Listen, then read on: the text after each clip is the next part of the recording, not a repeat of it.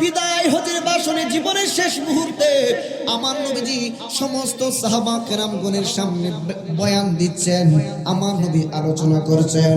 আমার নবীজি বয়ান করতে যাইয়া আমার নবী ডাক দিয়া বললেন, হে মানব সকল তোমরা শুনে নাও, আমি তোমাদের কাছে দুটি জিনিস রেখে যাচ্ছি। যদি সেই দুইটা জিনিস তোমরা আঁকড়ে ধরে রাখতে পারো, মজবুত করে ধরে রাখতে পারো, আমি রাসূলুল্লাহ বলে গেলাম তোমরা কখনোই পথভ্রষ্ট হবে না। সুবহানাল্লাহ। ইয়া রাসূলুল্লাহ, নবী গো, দুইটা জিনিস কি লন জিজ্ঞেস করি। আমার নবী বললেন, একটা হচ্ছে কিতাবুল্লাহ, আল্লাহর কিতাব, আরেকটি হচ্ছে আমার নবীজি বললেন আমি রাসূলুল্লাহর আহলে বায়াত। সুবহানাল্লাহ। অন্য রিওয়ায়াতে আসছে সুন্নাহর কথা। কিন্তু দেখেন বাবা, এমন একটা জমানার মধ্যে আমরা পড়ে গেলাম, যেই জমানার মধ্যে শুধু ফিতনা আর ফিতনা, শুধু ফিতনা আর ফিতনা। একজন আরেকজনের প্রতি মায়া লাগে না, একজন আরেকজনকে ঠকাইতে চিন্তা করে না। শুধু তাই নয় বাবা, আপন ভাই আপন ভাইকে ঠকাচ্ছে রে বাবা, আপন বাবা আপন সন্তানদেরকে ঠকাচ্ছে, আপন মা আপন দুই সন্তানের মধ্যে ফারাক তৈরি করছে। কেমনে বুঝবেন? আজকে আমি বিকেল বেলা ইউটিউবের মধ্যে আমি একটু নজর দিলাম, দেখলাম এই যে গতকাল 2 দিন ধরে বিশাল আকৃতির ভূমিকম্প হচ্ছে। টের পাইছেননি? বিশাল আকৃতির ভূমিকম্প হচ্ছে রে বাবা। আমি দেখলাম একটা দোকানের মধ্যে একটা বাবা তার সন্তানদেরকে লইয়া দোকানের ভিতরে কোনো একটা জিনিস বস্তু কেনার জন্য প্রবেশ করেছে। যেই মাত্র বিশাল ভাবে এই ভূমিকম্প শুরু হয়ে গেল। ভূমিকম্প শুরু হয়ে যাওয়ার পরে বাবা সন্তানকে রেখে নিজে বাহিরে চলে গেল। সন্তান মুদির দোকানের ভিতরেই পড়ে রইল। কিছুক্ষণের মধ্যে কয়েক সেকেন্ডের মধ্যে সন্তানটাও কাঁদতে কাঁদতে বাহিরে চলে গেল। দুনিয়ার মধ্যে ভূমিকম্প শুরু হয়ে যাওয়ার পরে বাবা সন্তানকে রেখে একা একা বাহিরে চলে যায়। সন্তানের দিকে বাবার কোনো খেয়াল নাই। এটা হলে বুঝতে হবে হাসরের ময়দানে এমন ভয়ানক অবস্থা হবে, সেই জায়গার মধ্যে আমাকে আপনাকে আমার বাবা মা পর্যন্ত ছেড়ে চলে যাবে। এই অবস্থায় যখন ছেড়ে চলে যায়, ওই সময় ছেড়ে চলে যাবে না? চলে যাবে কিনা? এখন আসুন রে বাবা, ওই সময় মানুষের হুঁশ থাকবে না রে বাবা। কেন আহলে বায়াতের কথা বলছি? সুনানুন নাসাই শরীফের হাদিসের মধ্যে আসছে, অন্যান্য কিতাবের মধ্যে আসছে, নবীজির আহলে বায়াতগণ যারা, শুধু তাই নয় আল্লাহর ওলিগণ যারা হাসরের ময়দানে জাহান্নামের মধ্যে যে মাত্র জাহান্নামীরা চলে যাবে, জাহান্নামে চলে যাওয়ার পরে আল্লাহর ওলিগণ জাহান্নামে প্রবেশ করে মুমিন ওই গুনাহগার বান্দাদের হাতে ধরে ধরে টেনে টেনে জাহান্নাম থেকে জান্নাতে পৌঁছে দিবে। আমার বন্ধুরা, বাবা, আহলে বায়াতকে ভালোবাসতে হবে। আমার নবী আপনার নবীকে ডাক দিয়ে বললেন, সাহাবীরা রে, এই ইমাম হাসান এবং হুসাইনকে যারা ভালোবাসবে আমি রাসূলুল্লাহকে ভালোবাসা হয়ে যাবে। ওমান আবগাদাহুমা ফাকাদ আবগাদনি, আমার হাসান হুসাইনকে যারা কষ্ট দিবে তারা যেন আমি রাসূলুল্লাহকে কষ্ট দিবে। আমার হাসান হুসাইনকে যারা কষ্ট দিল আমি রাসূলুল্লাহকে কষ্ট দিল। কারণ আহলে বায়াতগণের অন্তর এত সূক্ষ্ম, আহলে বায়াতগণের অন্তর এত মসৃণ, এত পরিষ্কার রে বাবা। নবীজি আহলে বায়াতগণের মধ্যে হযরতে আলী মুর্তজা রাদিয়াল্লাহু তাআলা আনহু, তারপরে মা খাতুনে জান্নাত ইমাম হাসান এবং হুসাইন, আপনার নবী আমার নবী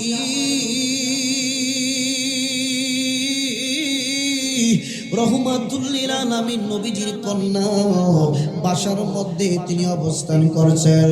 হঠাৎ কইরা ইমাম হাসান এবং হুসাইন অসুস্থ হয়ে গেছে রে আব্বু। অসুস্থ হয়ে যাওয়ার পরে হযরতে মা খাতুনে জান্নাত জান্নাতের চোখের পানি অসুর ঝরছে, এই যে চোখের পানি জড়জড়ায়া চোখ থেকে পড়তেছে। আমার নবী আপনার নবীজির কন্যা খাতুনে জান্নাত তিনি চিন্তা করলেন, আমার দুই সন্তানকে যদি আমার আল্লাহ সুস্থতা দান করেন তাহলে আমরা 3টা রোজা রাখব। আম্মা জান খাতুনে জান্নাত হযরত আলী মুর্তজা রাদিয়াল্লাহু তাআলা এবং ওনাদের একজন বাদী ছিলেন, কিতাবের নাম সাওয়াইকুল মুহরিকা, লিখেছেন ইবনু হাজার হাইতামি রাহমাতুল্লাহি আলাইহি। কিতাবের নামটা বলে দিলাম বাবা। ওই বাদীর নাম ছিল হযরতে ফিদ্দা রাদিয়াল্লাহু তাআলা আনহা। আহলে বায়াতগণের মন এবং মস্তিষ্ক কেমন ছিল রে বাবা? খাতুনে জান্নাত 3টা রোজা মান্নত করলেন, মালিক আমার সন্তানগুলাকে যদি তুমি সুস্থ করে দাও তাহলে 3টা রোজা রাখবো। সকলে মিলে মিশে রোজা রাখা শুরু করে দিলেন। যেদিন রোজা রাখলেন সন্ধ্যাবেলা ইফতার করার জন্য কোনো কিছুই ঘরের মধ্যে ব্যবস্থা নাই, আর আমাদের ঘরের মধ্যে খাবারের কোনো অভাব নাই। খাতুনে জান্নাতের ঘরের মধ্যে কিছু নাই। ফাতেমা ডাক দিয়া বললেন, স্বামী গো, স্বামী আপনি মেহেরবানি করে সন্ধ্যা বেলায় ইফতার করার জন্য যদি কোনো ব্যবস্থা করতেন। খাতুনে জান্নাতের কথা শুনি না হযরত আলী ডাক দিয়া কই, ফাতেমা ঘরের মধ্যে কিছু নাই, ঠিক আছে অপেক্ষা করো। হযরত আলী রাদিয়াল্লাহু তাআলা আনহু তিনি চলে গেলেন একটা ইহুদির বাড়ির মধ্যে। ইহুদির বাড়ির মধ্যে যাইয়া এইবার হযরত আলী ডাক দিয়া বললেন, শাবান রে, আমারে কিছু তুমি জব দিবা, আটা দিবা, রুটি তৈয়ার করে ইফতার করার জন্য। পরবর্তীতে তোমারে আমার এটার মূল্য পরিশোধ কইরা দিব। হযরত আলী মুর্তজা রাদিয়াল্লাহু তাআলা আনহু কিছু জব দিলাম। কিছু জব দেওয়ার পরে হযরত আলী খাতুনে জান্নাতের কাছে যেই মাত্র এনে দিলেন, 5টা রুটি তৈয়ার করলেন রে বাবা। 5 জনের জন্য 5টা রুটি। ইমাম হাসান, ইমাম হুসাইন, হযরতে ফিদ্দা রাদিয়াল্লাহু তাআলা আনহা এবং আলী এবং ফাতেমা মোট 5 জনের জন্য 5টা রুটি তৈয়ার করলেন। রুটি তৈয়ার করার পরে আব্বু সন্ধ্যা বেলা যে মাত্র ইফতার করবেন, একটা মিসকিন আইসা ডাক দিয়া কই, আম্মা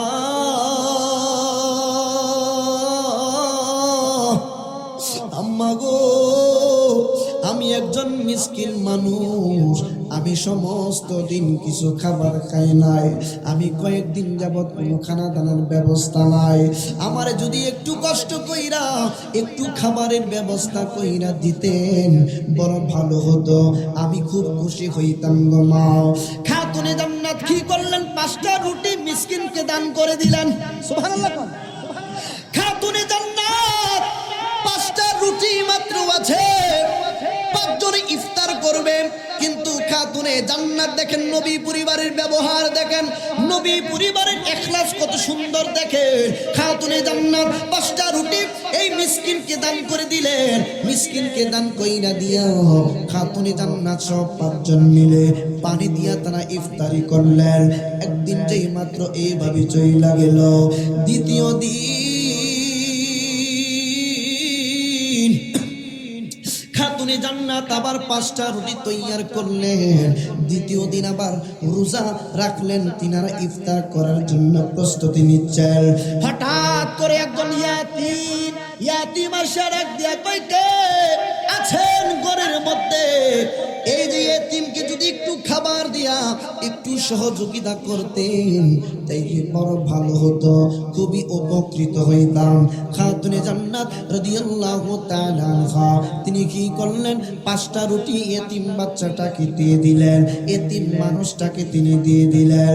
দেওয়ার পরে পানি দিয়া 5 জন মানুষ শুধুমাত্র পানি দিয়া ইফতার করেন রে বাবা। একদিন 2 দিন আপনি মেনে নিবেন, তৃতীয় দিন কিন্তু আপনি মানবেন না। ইনজিমিন টাইমে তৃতীয় দিন আগমন করল। হযরত মা খাতুনে জান্নাত তৃতীয় দিন 5টা রুটি তৈয়ার করলেন। খুব সংক্ষিপ্তভাবে মূল কথাগুলো বলে যাচ্ছি রে বাবা। খাতুনে জান্নাত দেখেন, ওয়াসিরা কোরআনের ভাষায় একজন বন্দি লোক আসলো। বন্দি লোক আইসা ডাক দিয়া কই, ফাতেমা গো, আমি অনেক দিন ধরে উপোস, কোনো কিছু খাবার খাইতে পারি না, মেহেরবানি করে যদি একটু খাবারের ব্যবস্থা করে দিতেন। খাতুনে জান্নাত পরের দিন পর্যন্ত 5টা রুটি দান করে দিলেন। চতুর্থ দিন 3 দিন পর্যন্ত কোনো মানুষ যদি অনাহারে পইরা থাকে, তার তো শরীর দুর্বল হয়ে পড়বে, সে তো শারীরিকভাবে দুর্বল হয়ে পড়বে। খাতুনে জান্নাতের মুখের মধ্যে খানা নাই, মুখের মধ্যে শুধু পানির ব্যবস্থা আছে। ইমাম হাসান হুসাইনের মুখের মধ্যে শুধু পানির ব্যবস্থা আছে, রুটির ব্যবস্থা নাই রে বাবা। হযরত শেরে খুদা আলী মুর্তজা রাদিয়াল্লাহু তাআলা আনহু শুধু পানি পান কইরা রোজা রাখলেন। ইন দি মিন টাইমে চতুর্থ দিন আমার নবী ফাতেমার বাড়ি আগমন করছে। আয়েশা দেখে খাতুনে জান্নাত হেলতেছে দুলতেছে। ক্ষুধার যন্ত্রণায় মানুষের যেমন হয়, তারা দুর্বল হইয়া পড়ছে। আপনার নবী, আমার নবীজি রাহমাতুল লিল আলামিন নবীজি সান্ত্বনা দিলেন। আহলে বায়াতদের ব্যাপারে আমার আল্লাহ খুশি হয়ে গেলেন। আমার রব্বুল আলামিন খুশি হয়ে যাওয়ার পরে গো, আমার রব্বুল আলামিন পবিত্র কুরআনুল কারীমের মধ্যে আমার আল্লাহ কুরআনের আয়াত নাজিল করে দিলেন। আমার আল্লাহ বললেন, নবী পরিবার ভুক্ত অভুক্ত মানে কি বলে, ক্ষুধা থাকা সত্ত্বেও খাবার দান করে দেয় তাদেরকে, মিসকিনকে, ইয়াতিমকে এবং বন্দীদেরকে। একবার জুড়ে বলা যাবে কি সুবহানাল্লাহ? আরো জোরে বলুন সুবহানাল্লাহ। ওই আহলে বায়াতগণকে কষ্ট দেওয়া যাবে না রে বাবা। আমি দেখলাম হাদিস মুবারকের মধ্যে আমার নবী, আপনার নবীজির হাদিস মুবারক, কেউ যদি খানে কাবার মধ্যে নামাজ পড়ে সারা জীবন, কেউ যদি খানে কাবার মধ্যে থেকে থেকে রোজা আদায় করে সারা জীবন, কেউ যদি খানে কাবার চতুর্দিকে সারাটা জীবন সেজদায় পড়ে জীবনটা কাটাইয়া দেয়, কিন্তু তার অন্তরের মধ্যে যদি আহলে বায়াতের বিদ্বেষ থাকে, আহলে বায়াতের প্রতি ঘৃণা থাকে, আহলে বায়াতের প্রতি দুশমনী থাকে, আল্লাহর কসম করে বলে যায় তার রোজা, সমস্ত রোজা বরবাদ হয়ে যাবে। কাবা ঘরের সামনে যত রাকাত নামাজ আদায় করছে, আমার আল্লাহ এক ওয়াক্ত নামাজও কবুল করবেন না। আমার বন্ধুরা, বাবারা, কেন বললাম রে বাবা আহলে বায়াতগণকে কষ্ট দিলে কি হবে? দেখেন, একটা মেসাল দিচ্ছি রে আব্বু। আহলে বায়াতগণকে কেন কষ্ট দিবেন না? আহলে বায়াতগণকে কেন আপনি আমি ভালোবাসতে হবে? আহলে বায়াতগণকে ভালোবাসলে আমার আল্লাহ হাসরের ময়দানে আমাকে আপনাকে জান্নাতে যাওয়ার ব্যবস্থা করে দিবেন। আমার নবী, আপনার নবীজি ইমাম হাসান এবং হুসাইন রাদিয়াল্লাহু তাআলা আনহুমা জান্নাতের যুবকদের সরদার। আমার নবী বললেন, আমার হাসান এবং হুসাইন দুইজন জান্নাতের যুবকদের সরদার।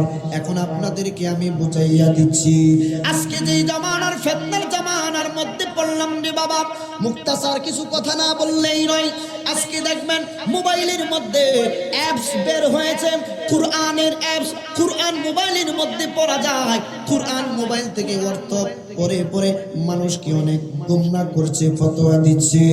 মোবাইলের মধ্যে বুখারী শরীফ, মুসলিম শরীফ, তিরমিজি শরীফ, আবু দাউদ শরীফ, নাসাই শরীফ, ইবনু মাজাহ শরীফ, মুস্তাদরিক লিল হাকিম, এইরকম অসংখ্য হাদিসের কিতাব ডাউনলোড করে করে আমাকে আপনাকে পথভ্রষ্ট করতেছে। এখন বলবেন, ও জয়নগরী হুজুর, কুরআন তো মহান রব্বুল আলামিনের কালাম, এটা বললে পথভ্রষ্ট হব কেন? অবশ্যই পথভ্রষ্ট হবেন। আগে বুঝেন, তারপরে আপনি জবাব দিবেন। আপনার এক্সাম্পল, বুকের ডান পাশে এই হাড়ের নিচে যদি আপনার প্রচন্ড ব্যথা হয়ে যায়, আপনি কি করবেন? একটা মনোযোগ দিয়ে শোনেন। আপনার যদি বুকের মধ্যে ব্যথা উৎপন্ন হয়, পেটের মধ্যে ব্যথার সৃষ্টি হয়, বাজারের মধ্যে বিভিন্ন লাইব্রেরির মধ্যে মেডিকেলের বই পাওয়া যায়, বিভিন্ন লাইব্রেরির মধ্যে মেডিকেল ইনস্ট্রুমেন্ট পাওয়া যায়। আপনি মেডিকেল লাইব্রেরি থেকে মেডিকেলের কিতাব আপনি কিনে আনবেন, মেডিকেলের ইনস্ট্রুমেন্ট আপনি কিনে আনবেন, মেডিকেলের বই পড়ে পড়ে আপনি নিজে নিজে আপনার চিকিৎসা আপনি করতে পারবেন নি। কথা বলেন, পারবেন? আপনার পেটে ব্যথা, বইয়ের মধ্যে লেখা আছে যে পেটে ব্যথা হইলে এই ওষুধ, বলেন তো মেডিকেল এর কিতাব বা বই পড়ে আপনি আপনার চিকিৎসা করতে পারবেন? পারবেন? পারবেন না। কেন? এইভাবে চিকিৎসা করলে আপনি মারা যাবেন। কি যাবেন? মারা যাবেন। এখন এখন আপনার যদি মাথা ব্যথা করে, আপনি শারীরিকভাবে যদি অসুস্থ হয়ে যান, আপনাকে আমি বলবো এমবিবিএস পাস করার জন্য যত বই আছে সমস্ত বই আপনাকে আমি দিয়ে দিলাম, সমস্ত কিতাব আপনাকে দিয়ে দিলাম। আপনি নিজে নিজে পড়ে পড়ে আপনার ট্রিটমেন্ট করেন, চিকিৎসা করেন। আপনি যেমনি করে নিজের চিকিৎসা নিজে বই পড়ে পড়ে করতে পারবেন না, ঠিক তেমনি ভাবে কুরআন থেকে সরাসরি অর্থ দেখে দেখে আপনার ইসলামিক জিন্দেগি আপনি আদায় করতে পারবেন না। কেন পারবেন না জানেননি? কারণ হচ্ছে কুরআনের কোন হুকুম আপনি জানেন না। কুরআনের কোন আয়াতটা কিসের জন্য নাজিল হয়েছে আপনি বুঝেন না। কুরআনের ফাহাম কোন পদ্ধতিতে আপনি নিবেন, কোন আয়াত দ্বারা আমার আল্লাহ কোনটার হুকুম বুঝাইছে, কোনটা না আছে, কোনটা মানসুখ, আমি আপনি সাধারণ মানুষগুলা বুঝি না। এই জন্য কুরআন বুঝতে গেলে হক্কানি আলেম মুফাসসিরের কাছে যেতে হবে। আপনি যেমন অসুস্থ হইলে ডাক্তারের কাছে যেতে হয়, ঠিক তেমনি আপনি যদি অসুস্থ হয়ে যান, আপনি অসুস্থ হয়ে যাওয়ার পরে এমবিবিএস এর কাছে আপনাকে যেতে হয়।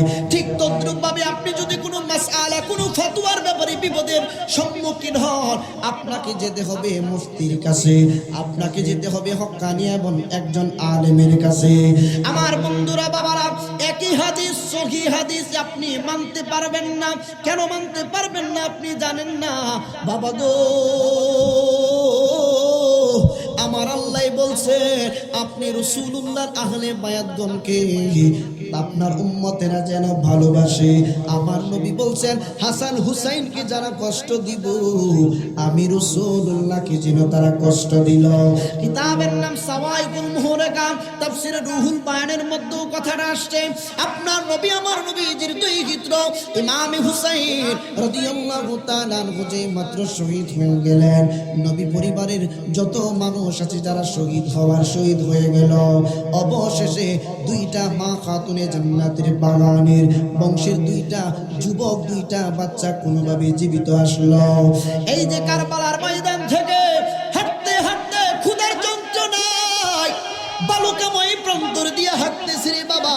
যাইতে যাইতে আশেপাশের কিছু এলাকা ছিল, ওই এলাকা আমিয়া গ্রাম শহর অন্যান্য এলাকা ছিল।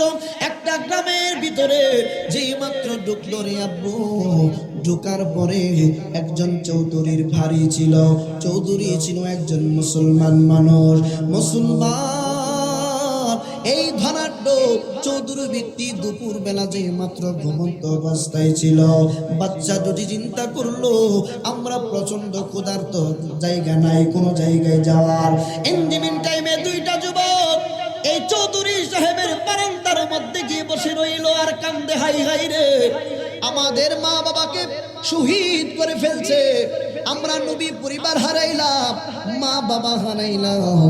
এই দুইটা সন্তান হাউমাউ করে কান্না করছে। একজন ভাই আর একজন ভাইকে জড়িয়ে ধরে কাঁদতেছে। হঠাৎ কইরা চৌধুরী ধনাঢ্য মুসলিম ব্যক্তিটার ঘুম ভেঙে গেল। ঘুম ভেঙে যাওয়ার পরে চৌধুরী ব্যক্তি ঘরের ভিতর থেকে ডাক দিয়ে বলছে, কে গো? দুইটা বাচ্চা ডাক দিয়া বলতেছেন, আমরা হচ্ছি নবীর পরিবার, আমরা হচ্ছি মা খাতুনে জান্নাতের বংশের মানুষ, আমরা হচ্ছি আওলাদে রাসূল। ধনাঢ্য ব্যক্তি ডাক দিয়া কই, কি গো তোমরা যে আওলাদে রাসূল, এটার কোনো ডকুমেন্ট তোমাদের কাছে আসেনি? দুইটা যুবক ডাক দিয়া কই, শুনো, আমরা যে আওলাদে রাসূল এটার ডকুমেন্ট আমরা কোত্থেকে দিব?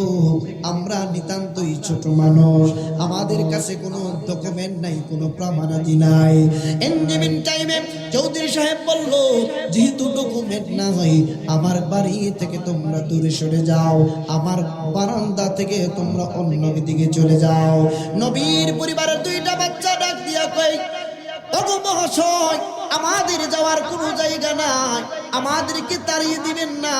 ইঞ্জিমিন টাইমে ওই চৌধুরী মুসলিম ব্যক্তিটা দুইটা বাচ্চাকে তাড়িয়ে দিল।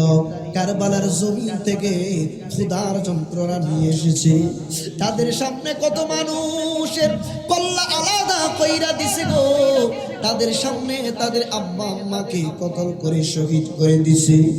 এই যুবকগুলা আয়সা কি করলো, বারান্দা থেকে হেঁটে হেঁটে যাচ্ছে আর কাঁদতেছে। একটু দূরে যাওয়ার পরে এক কাঠুরিয়া সামনের দিকে বলল। কাঠুরিয়া ছিল অগ্নি পূজক। অগ্নি পূজক তিনি দুইটা যুবককে দেখে মায়া লাগলো গো। কারণ নবীর পরিবার দুইটা বাচ্চা কত সুন্দর ফুটফুটে, নবীর আওলাদ, নবীর বংশধরের মানুষগণের চেহারা নুরানি ছিল, খুব সুন্দর ফুটফুটে ছিল। দুইটা বাচ্চা কেঁদে বলে, আমাদের মা বাবাকে শহীদ করে দেওয়া হয়েছে, নবীর পরিবারকে কারবালার জমিনের মধ্যে শহীদ করে দেওয়া হয়েছে, আমাদেরকে কেউ ঠাঁই দিচ্ছে না। আমরা কয়েকদিন যাবত আমরা কোনো খানা পিনার ব্যবস্থা নাই, একটু খানা পিনার ব্যবস্থা যদি করতেন। অগ্নি পূজক দুইটা সন্তানকে আদর করে বুকে জড়িয়ে ধরে বাসার দিকে রওনা দিলেন। বাসার দিকে রওনা দেওয়ার পরে আব্বু রওনা দিয়ে বাসার মধ্যে যেই মাত্র চলে গেলেন, যাইয়া ডাক দিয়া কই, বিবি গো, বিবি দেখো না কাদেরকে আমি নিয়ে আসলাম। এদের পরিচয় কি আমি তো জানি না, একটু বলুন। এরা হচ্ছে নবী পরিবারের সন্তান, ওনারা হচ্ছে আওলাদে রাসূল। অগ্নিপূজনের স্ত্রী ডাক দিয়া কই, স্বামীরি আমার খুব ভালো করেছো, কত প্রশংসা শুনেছি উনাদের, কিন্তু উনাদের খেদমত করার সুযোগ হয় নাই। আজকে খেদমত করার সুযোগ হয়েছে, আজকে আমি মনের মতো করে খেদমত করব। ইঞ্জিমিন টাইমে সন্ধ্যা যেই মাত্র হয়ে গেল, সন্ধ্যা হয়ে যাওয়ার পরে দুইটা নাবালক বাচ্চাকে খাবারের ব্যবস্থা করা হলো। ওই দিক দিয়া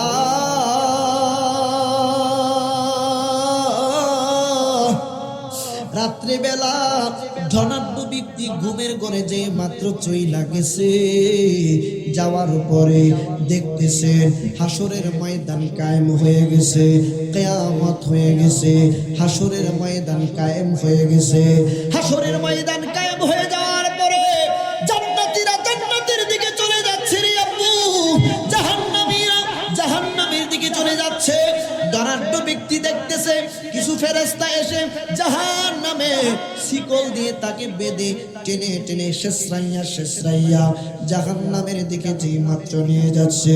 আমার নবী আপনার নবীজি দেখলেন, ওই চৌধুরী ব্যক্তিটা বলতেছেন, আমি দেখতে পেলাম নূরের নবীর চেহারা মুবারক। আমি ডাক দিলাম, নবী গো, আমি আপনার উম্মত, আমাকে ফেরেশতারা জাহান্নামের দিকে নিয়ে যাচ্ছে, মেহেরবানি করে আমাকে আপনি মেহেরবানি করে আজকে জাহান্নামের আগুন থেকে রক্ষা করুন, আপনি মেহেরবানি করে আমাকে সুপারিশ করুন। আমার নবী আপনার নবী বললেন, মুসলিম, তুমি যে মুসলমান দাবি করছো, আমি রাসূলুল্লাহর উম্মত তুমি দাবি করছো, তুমি যে আমি রাসূলুল্লাহর উম্মত, আজকে কোনো তোমার কাছে ডকুমেন্ট আসেনি। আল্লাহু আকবার। আমার উম্মত যে তুমি, তোমার কোনো ডকুমেন্ট তোমার কাছে আসেনি গো নবী গো, আমার কাছে আপনি রাসূলুল্লাহর উম্মত এটা প্রমাণ করার জন্য কোন ডকুমেন্ট নাই। ইয়া রাসূলুল্লাহ, নবী গো, আমার কাছে কোনো ডকুমেন্ট নাই, আমাকে একটু মেহেরবানি করে বাঁচান। আমার নবী ডাক দিয়া কয়, চৌধুরী মুসলিম, তুমি যে তোমার কদমে তোমার বাড়ির বারান্দার মধ্যে আমার বাগানের দুইটা সন্তান গিয়েছিল, তারা পরিচয় দিয়েছিল আমি রাসূলুল্লাহর আওলাদ, তারা আওলাদে রাসূল, তাদের কাছে তুমি আমি রাসূলুল্লাহর আওলাদ হওয়ার পিছনে তুমি ডকুমেন্ট দলিল চাইছিলা, তোমার খেয়াল করো তোমার মনে আসেনি। আল্লাহু আকবার। ইঞ্জিমিন টাইমে তার হঠাৎ করে ঘুম ভেঙে গেল, আল্লাহ পাকের ইচ্ছা এইভাবে হবে। ঘুমটা যেই মাত্র ভেঙে গেছে, সকালবেলা এক হাজার হাজার দিনার নিয়ে দুইটা বাচ্চাকে খুঁজতে খুঁজতে খুঁজতে খুঁজতে অগ্নি পূজারকের বাড়ির দিকে যেই মাত্র দুইটা সন্তানকে দেখলো, দেখার পরে অগ্নি পূজককে গিয়ে বলল, ভাই রে, তোমাকে আমি 1000 দিনার আমি দিয়ে দিচ্ছি, বিনিময়ে নবীর পরিবারে দুইটা কুচি বাচ্চাকে আমাকে দিয়ে দাও। অগ্নি পূজক লোকটা ডাক দিয়া বললেন, ভাই গো, 1000 দিনারের বিনিময়ে 1000 দিনারের বিনিময়ে আমি তোমার কাছে জান্নাত বিক্রি করতে পারবো না। সুবহানাল্লাহ। তোমার কাছে জান্নাত আমি বিক্রি করতে পারবো না। কই কি বলছো তুমি? কি বুঝাতে চাচ্ছ? ভাই তুমি যে রাত্রিবেলা স্বপ্ন দেখেছো, আমার নবী আপনার নবী তোমাকে যে জিজ্ঞেস করেছিল হাসরের ময়দানে, আমি রাসূলুল্লাহর উম্মত, তুমি এটার কোনো ডকুমেন্ট আছে কিনা? তুমি যে স্বপ্ন দেখেছো, আমরা সেই স্বপ্নের কথা জানি। ভাই কেমনে জানো? ভাই তুমি যে স্বপ্ন দেখেছো, আজকে রাত্রি বেলা আহলে বায়াতের মহব্বতে আহলে বায়াতগণকে সেবা করার পরে যেই মাত্র আমি আমার স্ত্রী সাথে সাথে ঘরের মধ্যে ঘুমিয়ে গেলাম, ঘুমানোর পরে রে বাবা, ঘুমানোর পরে আমি দেখলাম রহমাতুল লিল আলামিন নবীজি স্বপ্ন যুগে আমাদেরকে দিদার দিয়ে দিছে। নবী আয়েশা ডাক দিয়া কই, পাগল, আমি রাসূলুল্লাহর বাগানের দুইটা ফুল, দুইটা সন্তানকে বড় মহব্বত করার কারণে রে বাবা, আমি রাসূলুল্লাহর থাকতে পারি নাই, আমি তোমাকে দিদার দেওয়ার জন্য আসছি।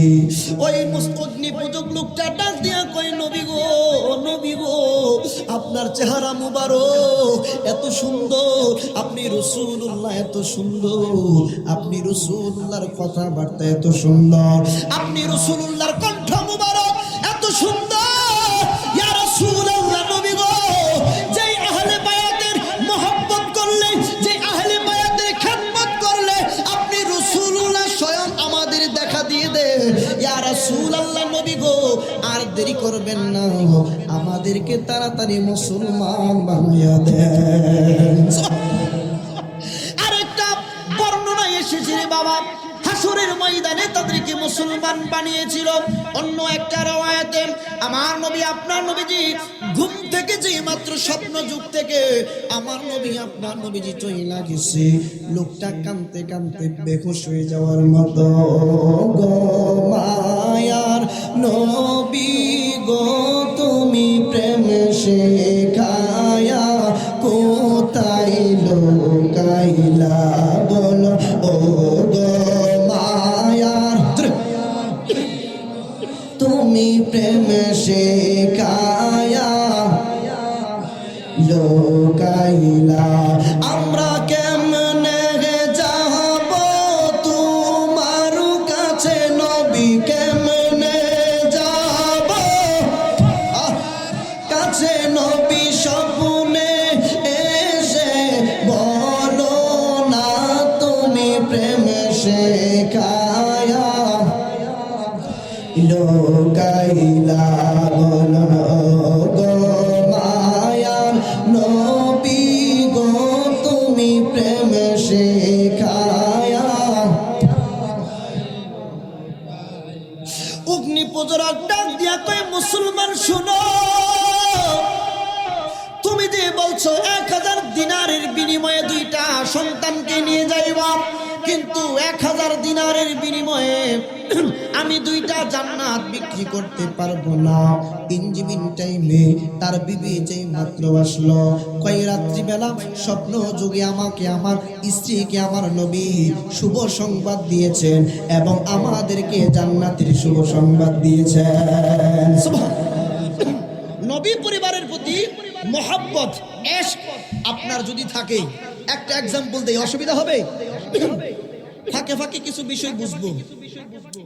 আমার নবী বলেছেন যে আমার উম্মতের, আমার নবী বলেন আমার উম্মতের মধ্যে 73টা কাতার হবে।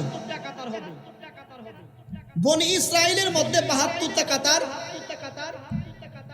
আমার উম্মতের মধ্যে 73টা কাতার। কুল্লুহুম ফিন্নার, প্রত্যেকটা দলই জাহান্নামে যাবে, ইল্লা মিল্লাতান ওয়াহিদা, একটা দল ব্যতীত।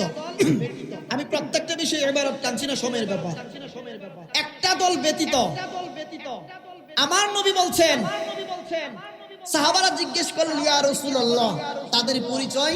আমার নবী বলছেন মা আনা আলাইহি ওয়া আসহাবি। সুবহানাল্লাহ। এখানে একটা তাত্ত্বিক কথা আছে, এই জন্য আমি টানলাম কথাটা। আমার নবী বলছেন মা আনা আলাইহি, আমার মত পথ, আমার সাহাবীদের পথ এবং মতের উপরে যারা থাকবে তারাই হবে ওই একটা দল যারা জান্নাতে যাবে। সুবহানাল্লাহ। প্রশ্ন আসতে পারে, তাহলে নবীর আহলে বায়াতগণের এত মর্যাদা যদি হয়, তাহলে নবীর আহলে বায়াতের কথা নবীজি কেন বলেন না? আসতে পারে না? আসতে পারে কিনা? বুঝবেন আমার নবী কি বলেছেন, মা আনা আলাইহি, আমি রাসূলুল্লাহর পথ মত, ও আসহাবি, আমি রাসূলুল্লাহর সাহাবারা, আমি রাসূলুল্লাহর সাহাবা কেরাম। নবীজির আহলে বায়াতগণ এর মধ্যে হযরতে আলী মুর্তজা রাদিয়াল্লাহু তাআলা আনহু, মা খাতুনে জান্নাত, ইমাম হাসান এবং হুসাইন, ঠিক না বাবা? এখন আমাকে বলেন, হযরতে আলী মুর্তজা রাদিয়াল্লাহু তাআলা আনহু উনি আহলে বায়াতের একজন, কিন্তু পাশাপাশি নবীজির সাহাবী। সুবহানাল্লাহ।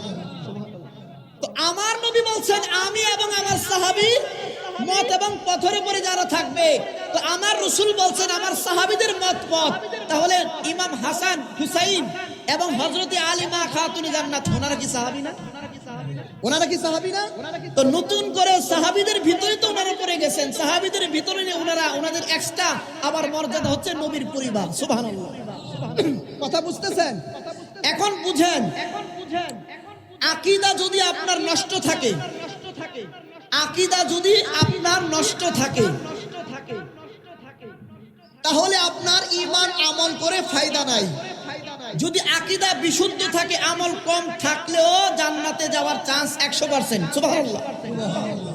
আপনি এই যে কি বলে দৌলতকান্দি রেল স্টেশন থেকে অথবা ঢাকা রেল স্টেশন থেকে, কমলাপুর রেল স্টেশন থেকে আপনি যাবেন এক্সাম্পল ভৈরব আসবেন, আপনার টিকিট ঠিক আছে, আপনার টিকিট ঠিক আছে, ঢাকা টু ভৈরব আপনি কাটলেন, কিন্তু আপনি ভুল ট্রেনে উঠলেন।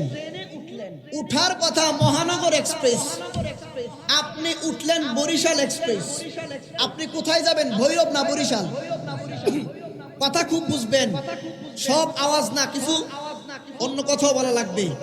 আপনি টিকিট ঠিক আছে, আপনার উদ্দেশ্য ঠিক আছে, কিন্তু আপনি উঠে ফেললেন কোথায়, ভুলে। কিভাবে? ভুলবশত উঠে ফেললেন বরিশাল এক্সপ্রেস। আপনি কি ভৈরব আসবেন নাকি বরিশাল যাবেন? কিন্তু টিকিট আসেনি, আছে। আপনার উদ্দেশ্য ঠিক আসেনি, আছে। ভুল ট্রেনে উঠার কারণে এই টিকিটের কোনো মূল্য নাই। কথা বুঝতেছেন? ঠিক তদ্রুপ আপনার টিকিট ধরেন ভুল, টিকিট কাটলেন বরিশাল এক্সপ্রেস। বুঝবেন কথা? যদি আপনার টিকিট না থাকে, টিকিট আপনার না থাকে, টিকিট ছাড়াই আপনি গাড়িতে উঠে যান, কিন্তু সঠিক গাড়িতে উঠছেন, আপনার উদ্দেশ্য কমলাপুর থেকে Bhairab bus stand rail station, আপনার উদ্দেশ্য ঠিক, আপনি সঠিক ট্রেনে উঠছেন, কিন্তু টিকিট নাই, টিকিটে একটু ঝামেলা আছে, আপনি অবৈধ, ঠিক না? আপনি উঠলেন, বলেন তো আপনি কি ভৈরব আসতে পারবেন না? টিটি এসে ধরলে জরিমানা করবে, একটু পানিশমেন্ট দিবে, একটু পানিশমেন্ট দেওয়ার পরে আপনার গন্তব্যে আপনি ঠিকই পৌঁছে যাবেন। ঠিক তদ্রুপ আপনার যদি আকীদা ঠিক থাকে, আহলে বায়াতের মহব্বত থাকে, আউলিয়া কেরামের মহব্বত থাকে, আপনার টিকিট আমলে গন্ডগোল থাকতে পারে, কিন্তু আহলে বায়াতের নৌকায় যদি উঠে পড়েন, তাহলে আপনার গন্ডগোল থাকলেও ওই গন্ডগোল পেরিয়ে আপনাকে আহলে বায়াতগণের ওসিলায় আল্লাহ জান্নাতে পৌঁছে দেবে।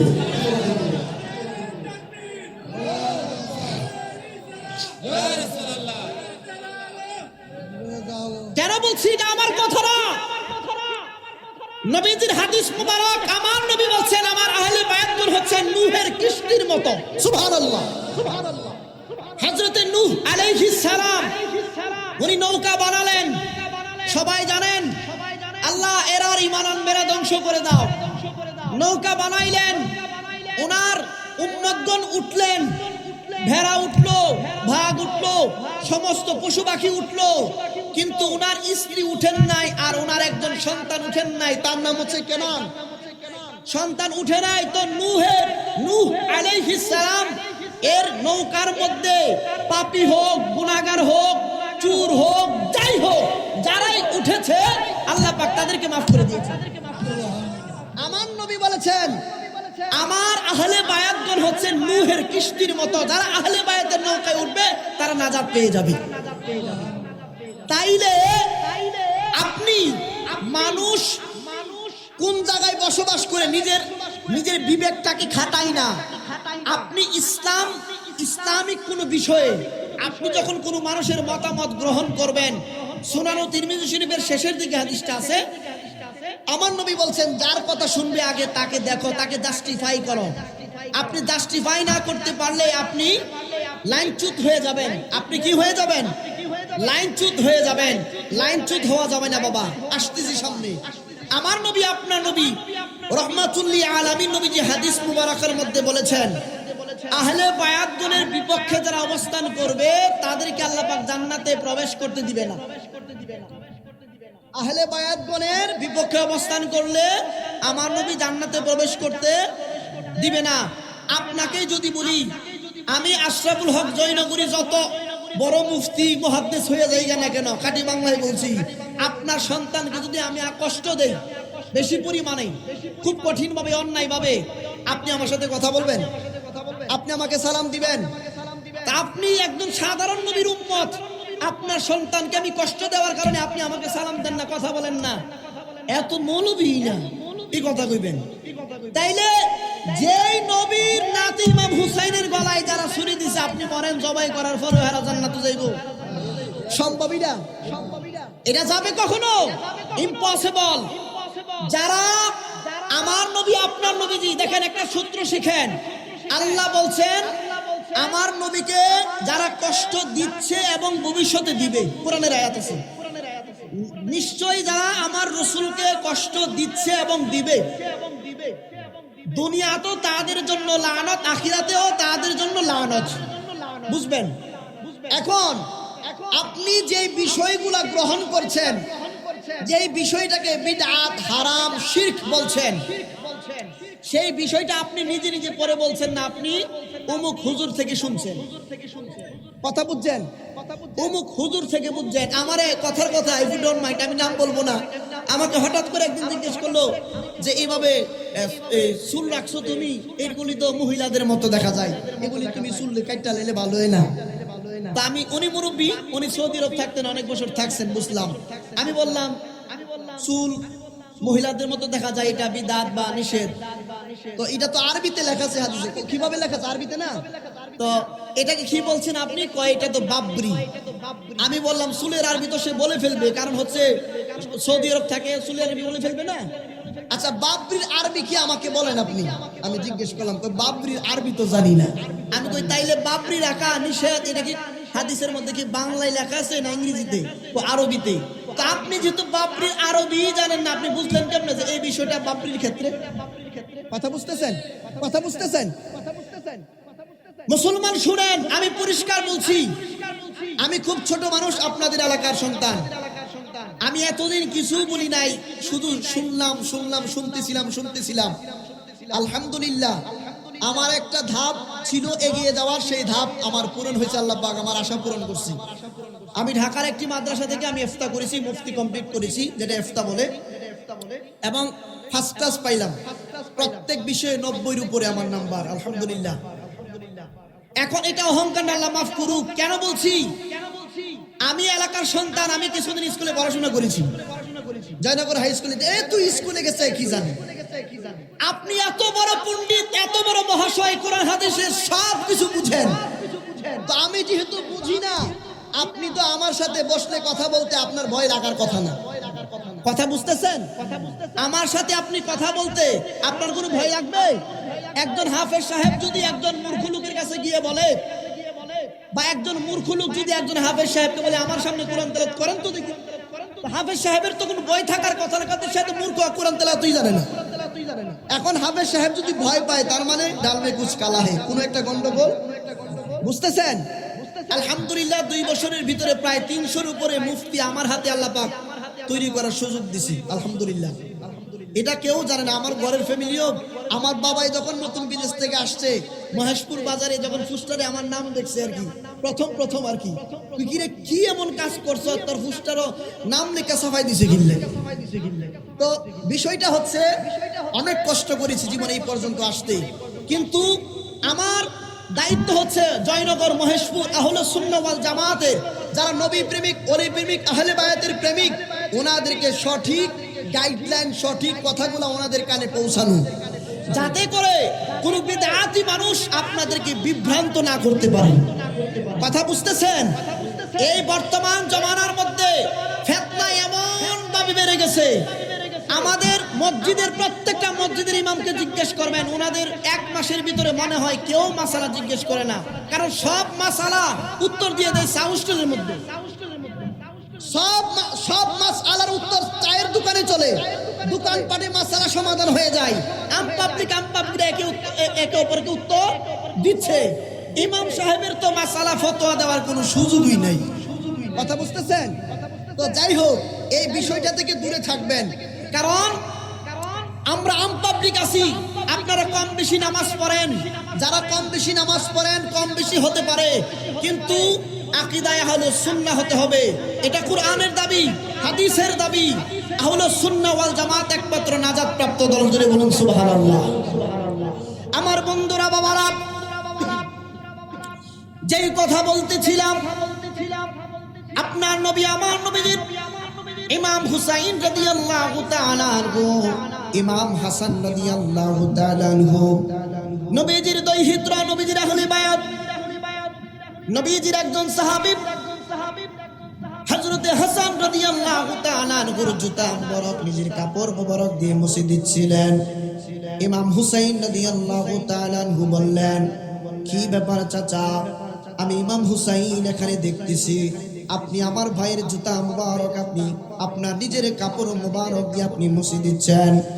নবীজির সাহাবী ডাক দিয়ে বললেন, ও ইমাম হুসাইন, আমি অনেক অনেক বেশি বেশি পরিমাণ তুমি হুসাইনকে ভালোবাসি, আমার ফ্যামিলি থেকেও তোমাকে সবচাইতে বেশি ভালোবাসি। তোমার বাবা, তোমার মা আহলে বায়াতগণকে বড় বেশি ভালোবাসি গো। আহলে বায়াতগণকে ভালোবাসলে লস নাই, আহলে বায়াতগণকে ভালোবাসলে দুনিয়া আখিরাতের মধ্যে আমাদের মঙ্গল হবে। নবীজির সাহাবী আহলে বায়াতের একজন হযরত শের খোদা আলী মুর্তজা রাদিয়াল্লাহু তাআলা আনহু, উনি আমিরুল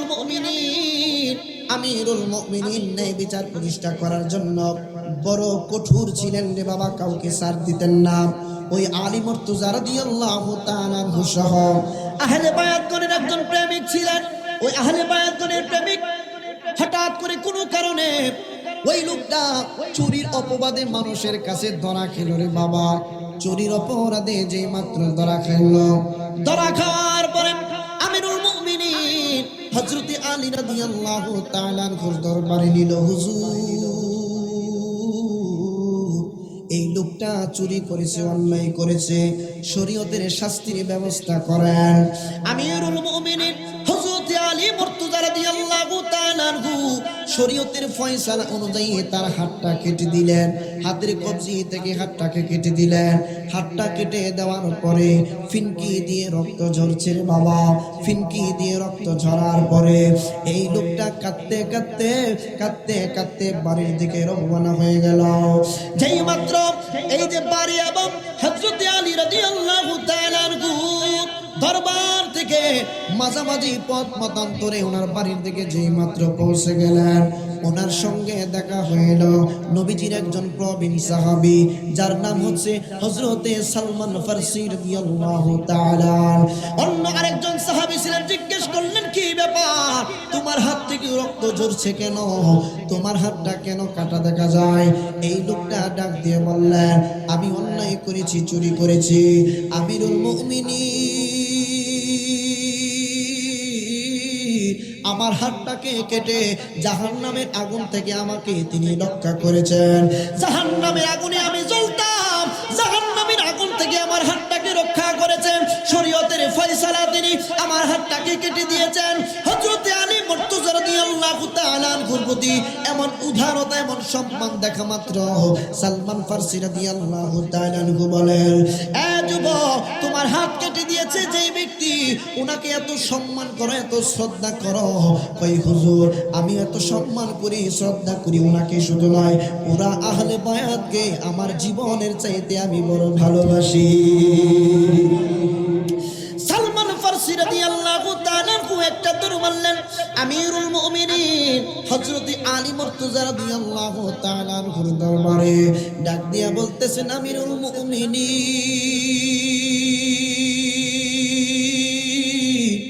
আপনি কিছুক্ষণ পূর্বে চুরির অপরাধে যার হাত আপনি কেটে দিলেন, এই লোকটাকে আপনি হাত কাটার পরেও আপনার প্রতি এত শ্রদ্ধা, এত মহব্বত, আহলে বায়াতের অন্তর, আহলে বায়াতের মহব্বতে ভরা তার অন্তর, আহলে বায়াত গণের প্রতি তার এত সম্মান, আমি দেখে হতবাক হয়ে গেছি গো আমিরুল মুমিনিন। হযরত আলী ডাক দিয়া কয়, সালমান ফারসি গো, কি বলছো তুমি?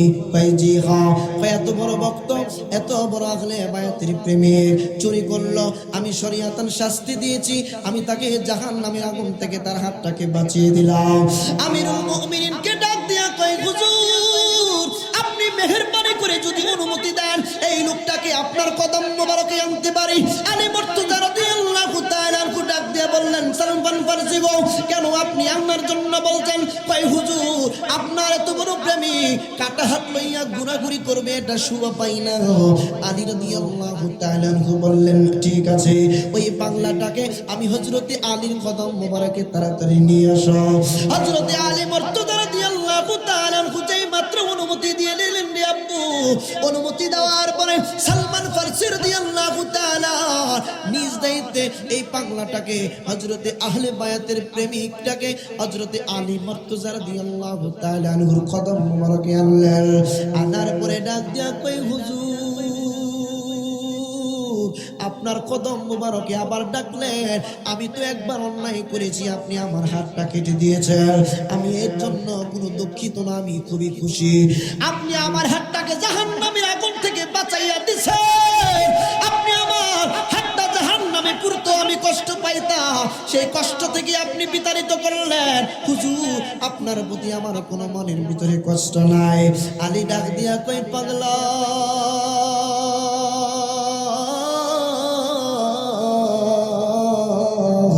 আমি হযরতে আলী তোমার হাতটারে কাইটা দিলাম, তারপরও আমার প্রতি এত মহব্বত। আরে পাগলা, আহলে বায়াতের মহব্বতের হাত কাটা থাকতে পারে না। আয় আয়, আমি হযরতে আলীর হাতে তোর কাটা হাতটারে একটু দিয়ে দে। হযরতে আলী মুর্তজা রাদিয়াল্লাহু তাআলা আনহু হাতের মধ্যে কাটা হাতটা নিলেন, চোখটা বন্ধ কইরা কি জানো মুখের মধ্যে আস্তে আস্তে ফিসফিসায়া কি যেন বলতেছেন, তেলাওয়াত করতেছেন, পাঠ করতেছেন। হাতটাকে আগের জায়গায় রাখলেন, একটা রুমাল উপর দিকটা দিয়ে দিলেন। আলী ডাক দিয়া কই, পাগল, আমি না বলা পর্যন্ত তুমি রুমাল তুলবা না। হযরতে আলী মুর্তজা রাদিয়াল্লাহু তাআলা আনহু কি জানো তিনি পড়লেন, পড়ার পরে দম করার পরে কাপড়টারে সরায়া নিলেন। কাপড়টারে সরা নেওয়ার পরে পাগলটাকে ডাক দিয়া কই, পাগল রে, এই মুহূর্তে তোমার হাত কাটা হাত যেই জায়গার মধ্যে আমি হাতটারে কাটছিলাম, এই জায়গা থেকে তোমার রুমালটারে তুমি তুইলা নাও। তোলার পরে এই পাগলাটাই দেখে হাত আগের মতো যেমন ছিল তেমন হয়ে গেছে। আল্লাহু আকবার, ইয়া রাসূল, জিন্দাবাদ। আমার বন্ধুরা, বাবারা, আহলে বায়াতের কথা বলছি রে বাপ।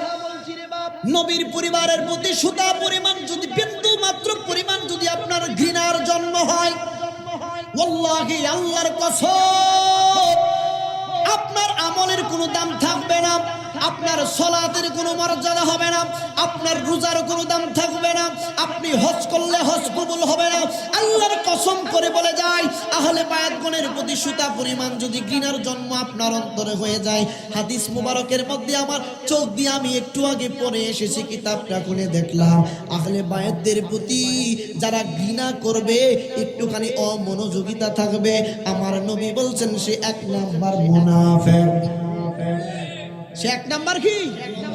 আমার নবী আপনার নবী যারা কঠিন কঠিন হাদিসের কথাও আসছে, আপনার নবী আমার নবী রহমাতুল লিল আলামিন নবীজি, ওনার কন্যা খাতুনে জান্নাত মা ফাতিমা তুজহরা রাদিয়াল্লাহু তাআলা ওই দিক দিয়ে দেখেন ইমাম হাসান হুসাইন সুস্থ হয়ে গেছেন, মনে আসেনি?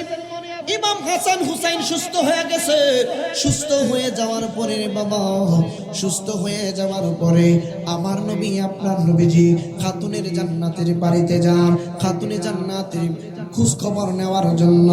খাতুনে জান্নাত মা ফাতিমা তুজহরা রাদিয়াল্লাহু তাআলা আমার নবীর বাড়ি আসেন বাবাকে দেখার জন্য। আমার নবী খাতুনে জান্নাত যখন আসতেন, আমার নবীজি উঠে দাঁড়াইতেন, দাঁড়াইয়া খাতুনে জান্নাতকে সম্মান জানাইতেন, হাতের মধ্যে নবীজি চুমা মুবারক দিতেন। আমার নবী যেই মাত্র খাতুনে জান্নাতের বাড়ি যাইতো, খাতুনে জান্নাত নিজের সিংহাসন মানে যেই জায়গায় বসে থাকতেন উনি দাঁড়িয়ে যাইতেন সম্মানে, সম্মানে দাঁড়াইয়া খাতুনে জান্নাত বাবার হাত মুবারকের মধ্যে চুমু খাইতেন, বাবাকে কত কদর করতেন, সম্মান করতেন। আপনার নবী আমার নবীজির আদরের কন্যা খাতুনে জান্নাত মা ফাতিমা তুজহরা রাদিয়াল্লাহু তাআলা আনহা। মাগো আপনারা যারা শুনতেছেন, এখন বর্তমানে ফিতনা ফাসাদার জামানা, খাতুনে জান্নাতের মতো জীবনটানে গইরা নেন, স্বামীর কথা মতো আপনার জীবনটানে পরিচালনা করেন, স্বামীর কথা মতো আপনি ঘর থেকে বের হলে আপনার স্বামীর অনুমতি নিয়ে নেন। কিন্তু বাবা একটা দুঃখের বিষয় হলো, কথাগুলা না বললেই নয়, আমাদের প্রত্যেকটা ফ্যামিলির মধ্যে কোনো না কোনো গন্ডগোল লেগেই আছে। ফিতনা ফাসাদার জামানার মধ্যে পড়ে গেলাম রে বাবা। ফ্যামিলি ঠিক না হইলে সমাজে আপনি ভালো মতে চলাফেরা করতে পারবেন না। কেন বলছি রে বাবা, আপনি দেখেন না, ও মা বোনেরা একটু মনোযোগ দিবেন, আপনার ছেলেকে আপনি বিবাহ করাইলেন, আপনার পুত্রবধূ আপনার কাপড়গুলা ধুইয়া দেয়, আপনার পুত্রবধূ প্রতিদিন আপনাকে রান্না করে খাবার খাওয়ায়, আপনার পুত্রবধূ আপনাকে একটু পর পর মা আম্মা আম্মা কইরা মধুর সুরে ডাক দেয়। কিন্তু ওই মেয়েটা যেই মাত্র যখন মায়ের বাসায় ছিল, বাবার বাসায় ছিল, জীবনে কোনোদিন মাকে আদর করে আম্মু করে কোনোদিন বলেন নাই আম্মা একটু দাও তোমার কাপড়গুলো আমি একটু ধুয়ে দেই, একটু দাও তোমার বিছানাগুলি আমি ধুয়ে দেই। যেই মেয়েটা বাবার বাড়ি থাকতে বাবার শার্ট ধুইতো না, কারণ বাবা বললেও বাবা দিত না, মা গো তুমি এই কাপড়গুলা ধুইলে তোমার বড় কষ্ট হয়ে যাবে। মা বলতো মারে স্বামীর সংসারে গেলে কত কষ্ট করবি, এখন তুমি কষ্ট করতে পারবা না, আমার কাপড়গুলা তুমি ধুইয়া দিতে পারবা না। মা বাবা তাকে কষ্ট করতে দেয় না। যেই মেয়েটা আপনার ঘরে পুত্রবধূ হয়ে আসে সেই মেয়েটা বাবার বাড়ি মাকে আদর করে কোনোদিন আম্মু করে ডাক দিয়ে বলেন নাই মা গো আপনার কাপড়গুলি দাও আমি ধুয়ে দেই, একটু খোঁচে দেই। ওই মেয়েটা শ্বশুর বাড়ি যাইয়া শাশুড়ি বলতে হয় না, পুত্রবধূ যদি বুঝতে পারে শাশুড়ির এই যে কাপড়গুলা ময়লা হয়ে গেছে, আবর্জনা হয়ে গেছে, পুত্রবধূ নিজে গিয়া বলে মা আপনার কাপড়গুলা দিন একটু ধুইয়া দেই। ঠিক না ঠিক কথা বলবেন, ঠিক না ঠিক? যেই মেয়েটা আপনার সংসারের মধ্যে আসছে, জীবনে কোনোদিন তার ফ্যামিলির মধ্যে বড় কষ্ট করে নাই, সকালবেলা 10টা অথবা 9টা অথবা 11টায় সকালবেলা ঘুম থেকে উঠল, ওই নারীটাই ওই মেয়েটাই স্বামীর সংসারে যাওয়ার পরে ভোরবেলা শুধু নয় ফজরের নামাজের সময় সে উঠে যায়, উঠার পরে উঠান ঝাড়ু দেয়, ঘর বাড়ি ঝাড়ু দেয়, গুছিয়ে রাখে। শাশুড়ি যদি উঠে দেখে এখনো পর্যন্ত উঠান ঝাড়ু দেওয়া হয় নাই, শাশুড়ি রেগে যাবে, শ্বশুর রেগে যাবে। বুঝবেন আপনি যেমন আপনার পুত্রবধূকে এইরকম করছেন, আপনার কন্যাটাকেও তো আরেকজন ছেলের হাতে তুলে দিবেন, আপনার কন্যার সাথে এইরকম ব্যবহার হতে পারে কিনা? হতে পারে কিনা? আমার বন্ধুরা, বাবারা, একটু গভীর মনোযোগ দিবেন রে বাবা। এখানে আমার গ্রামের মানুষ উপস্থিত আছেন, আমার বাবা পর্যন্ত উপস্থিত আছে। কথাগুলি আমি ওপেনলি কেন বলছি? কারণ আমার দিলের মধ্যে সুতা পরিমাণ সংশয় নাই, সুতা পরিমাণ কোনো অসুবিধা নাই দেখে বলছি। আমি এখন আশরাফুল হক জয়নগরী, আমি বলে দিচ্ছি, মাহফিল থেকে আসার পরে ততক্ষণ পর্যন্ত আমি ঘুমাইতে যাই না যত দিয়া পাই আমার আম্মার কাছে অথবা আব্বার কাছে যতক্ষণ পর্যন্ত না দেয়। এটা আমি গর্ব করি, এখনো পর্যন্ত ওপেনলি বলে যাচ্ছি। কেন বাবা? কারণ সংসার হওয়ার পরে আপনার স্ত্রীর ভালোবাসার কারণে, আপনার স্ত্রীর শাশুড়ির কুপরামর্শে আপনার বাবাকে আপনি কষ্ট দিচ্ছেন, আপনার মাকে আপনি কষ্ট দিচ্ছেন। বাবাটা যেই দিন মারা যাইবো আপনি বুঝবেন দুনিয়া থেকে আপনার জন্য কি যেন একটা চলে গেছে। যেই মানুষগুলো আপনার সামনে মাথা উঁচু কইরা তাকাইতেই পারতো না, আপনার মা বাবাটা মারা যাওয়ার পরে ওই লোকগুলো আপনাকে আঙ্গুল দেখায়া চলবে, আঙ্গুল দেখায়া চলবে। দেখবেন আপনার আপন চাচা আপনার পক্ষে কাজ করছে না, এলাকার মাতব্বর গুলো আপনার পক্ষে কাজ করছে না, কারণ আপনার পক্ষে এতদিন কাজ করছে কারণ আপনার বাবা নামক ছায়াটা আপনার মাথার উপরে ছিল বিদায়। ঠিক না বেঠি? এই জোরে বলবেন ঠিক না বেঠি? আমার বন্ধুরা, বাবারা, ওই দিন আমি সিএনজি দিয়ে আসতেছিলাম, এক বৃদ্ধা মহিলা সম্ভবত নীলকুঠি থেকে উঠার পরে, এই যে কি বলে, নীলকুঠি থেকে আসার পথে একটা প্রাইমারি স্কুল পরে, মুসাফল প্রাইমারি স্কুল সম্ভবত, এই জায়গায় নামার পরে মহিলা ডাক দিয়া বলতেছে, বাবা আমার কাছে টাকা নাই, আমি হাঁটে আসতে পারবো না, এই জন্য তোমার সিএনজির মধ্যে আমি উঠে গেলাম। আমরা তাকায়া দেখলাম সিএনজি থেকে ঘরের ভিতরে ঢুকলো, দেখলাম বাড়িঘর বিল্ডিং, টাকা পয়সার অভাব নাই, কিন্তু বৃদ্ধা মহিলাটাকে বাজারের মধ্যে পাঠাইয়া দিছে বাজার করার জন্য, বাজারে টাকা দিছে কিন্তু আসা যাওয়ার মনে হয় টাকা দেয় নাই। এইরকম অত্যাচার যে মা বোনেরা শাশুড়িদের কি করছো, তুমিও তো তোমার পুত্রবধূকে একদিন বিবাহ করাইবা, তোমাকেও তো এই কাঠ গড়াই দাঁড়াইতে হবে, একদিন না একদিন তুমিও তো শাশুড়ি হইবা। এই উসুল কিন্তু তোমার পুত্রবধূ তোমার সাথেও করে উসুলটা তুইলা নিবে। এই জন্য হুঁশিয়ার দিচ্ছি রে আব্বু, এই জন্য কথাগুলি মনে রাখবেন মা বোনেরা। আপনারা আপনাদেরকে বেশি পরিমাণে কথাগুলি বলছি রে বাপ, আমার নবী, আপনার নবী, বুখারী শরীফের হাদিস বলছি, কথাগুলি যদিও কষ্ট লাগবে, ভালো লাগবে না, এটাই সত্য কথা। আমার নবী, আপনার নবীজি বলছেন, মহিলা মানুষ সবচাইতে ফিতনা সৃষ্টি হয় মহিলাদের কাছ থেকে। আমার নবী বলছেন তোমরা মহিলাদের কাছ থেকে বেশি পরিমাণে দূরে থাকো। আমার বন্ধুরা, বাবারা, মা খাতুনে জান্নাত মা ফাতিমা জোহরা রাদিয়াল্লাহু তাআলা আনহা কত সুন্দর একজন রমণী, খাতুনে জান্নাতের একটা পশম পর্যন্ত পৃথিবীর কোনো মানুষ দেখতে পারে না। সুবহানাল্লাহ।